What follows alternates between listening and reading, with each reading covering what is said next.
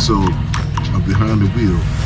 We get the real deal. Their promotion of alternative lifestyles, and we know that in the United States, they are trying to push that into the African continent, and those brothers and sisters are taking a stand against that because it's not conducive for their culture, it's not conducive for their particular religions. Well, you have a brother out of South Africa, Jay Mapanga, that brother. And I want you to hear, his take on some of this, because what he's saying is just downright just makes you shake your head. The arrogance of the Americans, the bulliness of the Americans. Let me even throw it on the West side. America right now comes to Tanzania, comes to Ghana, comes to Zambia with 16 million. And guess what? 16 million only for Zambia. The 16 million, ask me, what is it for? What is it for? For human rights. Across the river, China and Russia coming to South Africa, ask me for what?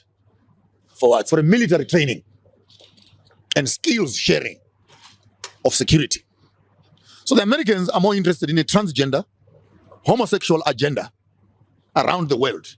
They will invest their money and give you money to protect human rights. Russia and China are coming with weapons and militarization strategies so that we can protect ourselves. So I want to say this very loud and clear to the Americans. Continue on your transgender agenda. Stay there. Leave us to do politics on the other side. Because what we need right now is not a minority human rights activation. What we need is a societal transformation. And for you as Americans to think that we really envy that when you have an anti-lesbian, anti-gay, LGBT principle, then tourists would drop. Let me correct that once and for all, Smooth. And cut and clip this, and it must be loud and clear. Are you saying to me that all the tourists are gay? And when you hear that this is a non-gay zone, tourism will suffer? Question number one. Question number two. Are you saying that we don't have a right to expressing ourselves as Africans? Question number three. If democracy means majority rules and majority votes against a principle, then why won't you allow that to become law? Are you saying the minority must manage the majority, or the majority must manage the minority? Then if that whole ideology is wrong, then take democracy in a nice black dustbin bag and throw it outside. Because what you are telling us is by the people, for the people, with the people, and all those slogans you hear, what democracy represents. If we are 10 in the room and 9 people say no, and one person says yes, democracy says you go with the majority. So if we say we want to make Africa democratic, and the demographics of our democracy says no, then why do you philosophically want to manipulate the will of the majority to favor the will of the minority? Then this is where it really gets confusing to me. Because you're selling me one thing on one. I understand this democracy because it is based on the principle 1, 2, 3, 4, 5. When it comes to practice, no, you can't practice it like that. Then what do you want? Do you want democracy? You want anarchy? You want indigenous governing systems? You want meritocracy? Maybe let's find another way of governing ourselves. But the ideology of democracy being founded on majority rule does not count. Because the rule that runs the South African constitution right now is not majority count.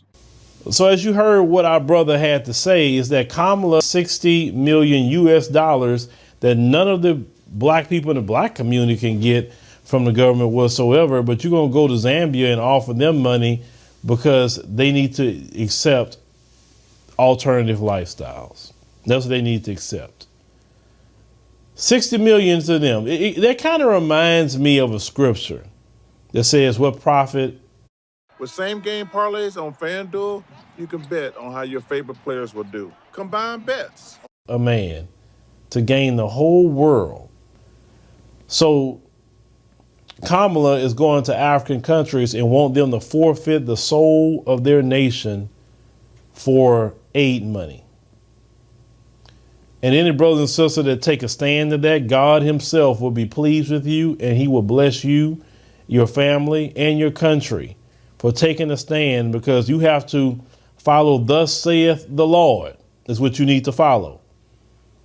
Listen what the brother said. He said, while they running around the African continent talking about alternative lifestyles, China and Russia is talking about military and defense. Across the river, China and Russia coming to South Africa, ask me for what? For what? For a military training and skills sharing of security.